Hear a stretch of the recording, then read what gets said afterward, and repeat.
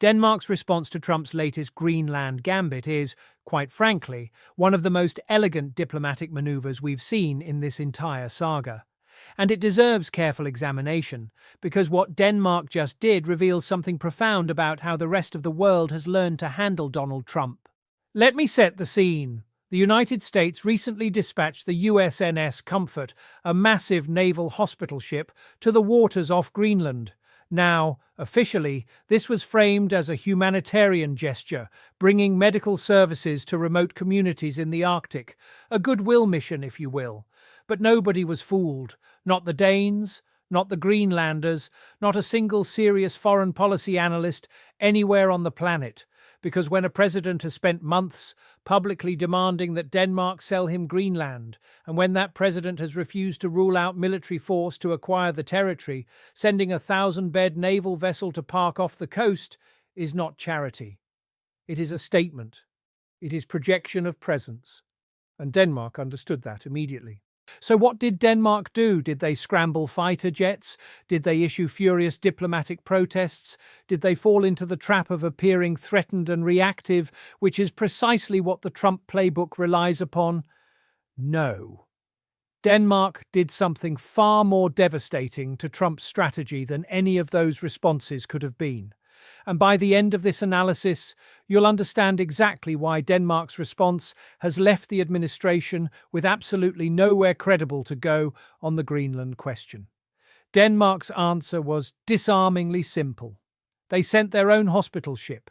They announced an expansion of healthcare services across Greenland. They effectively said to the United States, if your concern is genuinely about the well-being of Greenlandic communities, then wonderful. We share that concern, and we're already addressing it. Thank you for highlighting the issue. We'll take it from here. Now, to understand why this response is so strategically brilliant, you need to appreciate the bind it places Trump in. The entire Greenland acquisition project, such as it is, rests on a specific narrative. That narrative holds that Denmark neglects Greenland, that Greenlandic communities suffer from inadequate services, that the population would be better served under American stewardship, and that Denmark's attachment to the territory is essentially colonial selfishness. Every move the administration has made, from Trump's public statements to the deployment of the Comfort, has been designed to reinforce this framing. Denmark doesn't care about Greenland. America does. Therefore, Greenland should logically become American. Denmark's healthcare response demolishes that narrative from the inside. By matching and exceeding the American gesture with their own commitment to Greenlandic health infrastructure, the Danes have removed the very foundation upon which Trump's case was built. If Denmark is visibly investing in Greenlandic welfare, the neglect narrative collapses. And without the neglect narrative, what remains of the case for American acquisition? Nothing but raw territorial ambition, which is rather harder to sell to the international community.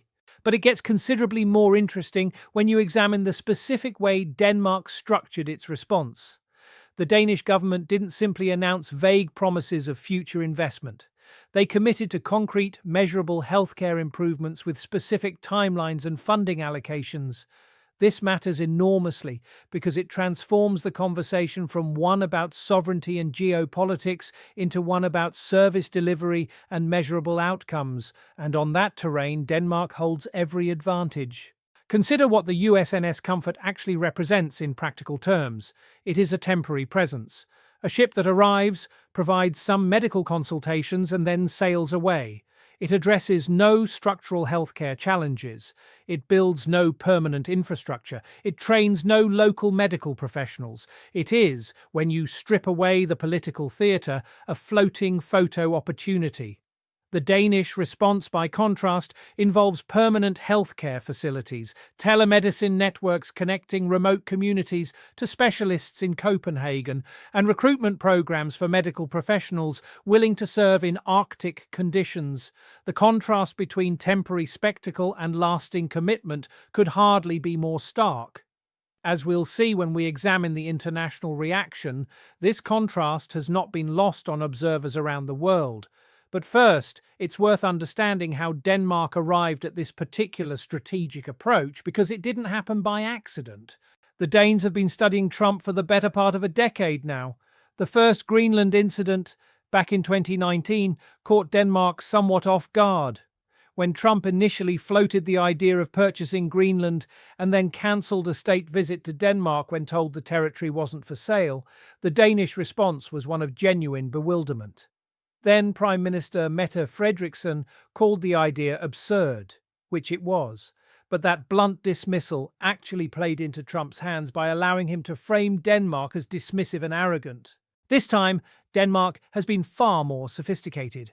Rather than dismissing Trump's interest, they've essentially co-opted his stated rationale while removing his actual leverage.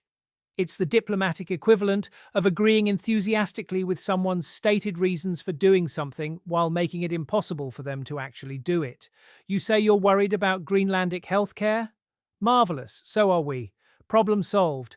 No need for any territorial adjustments. Henrik Breitenbach, who heads the Center for Military Studies at the University of Copenhagen, described the Danish strategy as one of making the American case redundant. That's a precise characterization. You don't defeat a narrative by arguing against it. You defeat it by making it irrelevant. And that's exactly what Denmark has done. Now, the response from Washington has been revealing in what it hasn't said. The administration has found itself in the deeply uncomfortable position of being unable to criticize Denmark's healthcare commitment without revealing that healthcare was never actually the point. If an American official were to say Denmark's response is insufficient or beside the point, they would effectively be admitting that the hospital ship wasn't really about healthcare either. So instead, we've seen a rather awkward silence from the administration, punctuated by vague statements about America's enduring interest in Arctic security, which is a notably different justification from humanitarian concern. This pivot toward security framing is itself instructive. When the humanitarian rationale collapses, the fallback position becomes strategic necessity. But here, too, Denmark has been playing a longer game than many observers appreciate. Denmark has quietly but substantially increased its defense spending in the Arctic over the past several years. They've committed to new patrol vessels, enhanced radar systems, and expanded military infrastructure across Greenland. NATO's Article 5 guarantee covers Greenland explicitly. The security case for American acquisition is, if anything, even weaker than the humanitarian one, because the existing alliance framework already provides for Greenland's defense. Compare this to how other nations have responded to Trump's territorial ambitions, and the sophistication of Denmark's approach becomes even more apparent. When Trump made noise about the Panama Canal, Panama's initial response was indignant and confrontational, which generated dramatic headlines but did little to resolve the underlying pressure. When Trump floated the idea of Canada becoming the 51st state, Canadian politicians responded with a mixture of outrage and mockery, which was emotionally satisfying but strategically unproductive. Denmark has taken an entirely different path, one that neutralizes the threat through agreement rather than opposition. There's a concept in martial arts called using your opponent's force against them, and that's precisely what we're witnessing. Trump pushed with humanitarian concern. Denmark redirected that force into actual humanitarian investment that strengthens Danish sovereignty rather than undermining it. The harder Trump pushes the healthcare angle, the more resources Denmark commits to Greenlandic welfare, and the stronger Denmark's position becomes. It's really quite elegant. What you need to understand is that this matters well beyond the specific question of Greenland's sovereignty. What Denmark has demonstrated is a template, a replicable strategy for how middle powers can respond to coercive pressure from larger states without triggering escalatory dynamics. That template involves three elements. First, don't argue with the stated rationale, accept it. Second, address the stated rationale so comprehensively that it becomes impossible to maintain. Third, let the resulting silence from the aggressor speak for itself. The European reaction has been quietly enthusiastic. European Council officials, speaking on background, have described Denmark's approach as a model they'd like to see replicated when dealing with other instances of American pressure. The Financial Times reported that several EU foreign ministries have been studying Denmark's Greenland response as a case study in what one diplomat called strategic accommodation, meeting demands in form while denying them in substance. This is significant because it suggests Denmark's response is being institutionalized as a broader European approach to Trump-era diplomacy. If so, the implications extend far beyond healthcare in Greenland. They point toward a coordinated European strategy of apparent cooperation that actually serves to strengthen European autonomy rather than American influence. Now, none of this means the Greenland question is permanently settled. Trump has shown consistent willingness to return to topics others consider closed, and the strategic importance of the Arctic is only growing as climate change opens new shipping routes and exposes new resource deposits. The United States has legitimate interests in the Arctic region that don't require territorial acquisition to address, but Denmark's response has fundamentally altered the dynamics of this particular confrontation. Before the healthcare commitment, the conversation was about Danish neglect versus American benevolence. After it, the conversation is about Danish investment versus American overreach. That's a complete reversal of narrative advantage, achieved without a single raised voice or threatening gesture. The long-term consequences of this approach deserve careful consideration. If Denmark continues to visibly invest in Greenlandic infrastructure, education, and healthcare, and there's every indication they intend to do exactly that, then each passing year makes the case for American acquisition weaker. You cannot argue a territory is neglected when measurable improvements are visible. You cannot claim a population would prefer different governance when their living standards are demonstrably rising under current arrangements. There's also an important Greenlandic dimension to this that shouldn't be overlooked. Greenland's own government, which has substantial autonomy within the Danish realm, has been navigating this situation with considerable care. Greenlandic leaders have their own aspirations, including some who ultimately favor independence, and they've been shrewd enough to leverage the attention generated by Trump's interest into concrete commitments from Copenhagen. In a sense, the greatest beneficiaries of this entire episode may be ordinary Greenlanders, who are receiving healthcare investments that might have taken years longer to materialize without American pressure. The irony is thick enough to cut with a knife. Trump's attempt to demonstrate Danish neglect has resulted in an acceleration of Danish investment.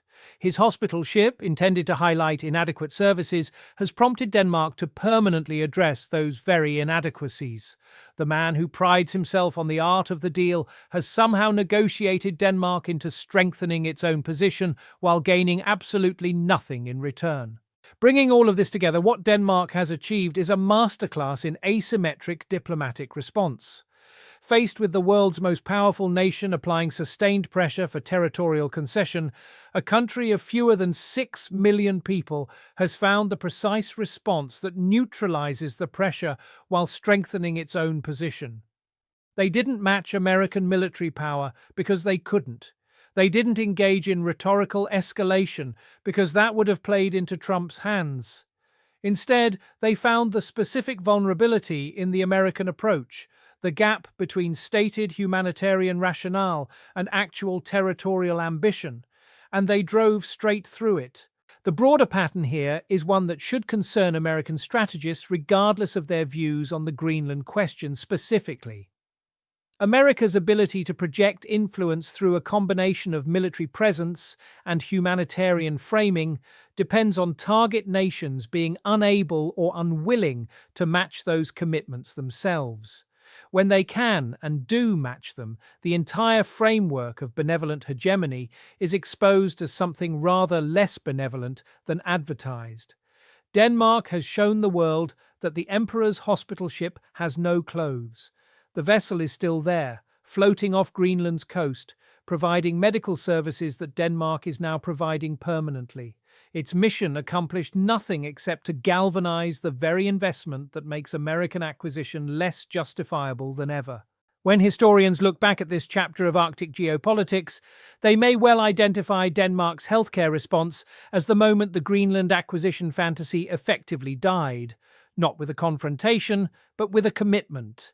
not with defiance, but with delivery. Sometimes the most devastating response to a power play isn't to resist it, it's to make it unnecessary, and that is precisely what Denmark has done.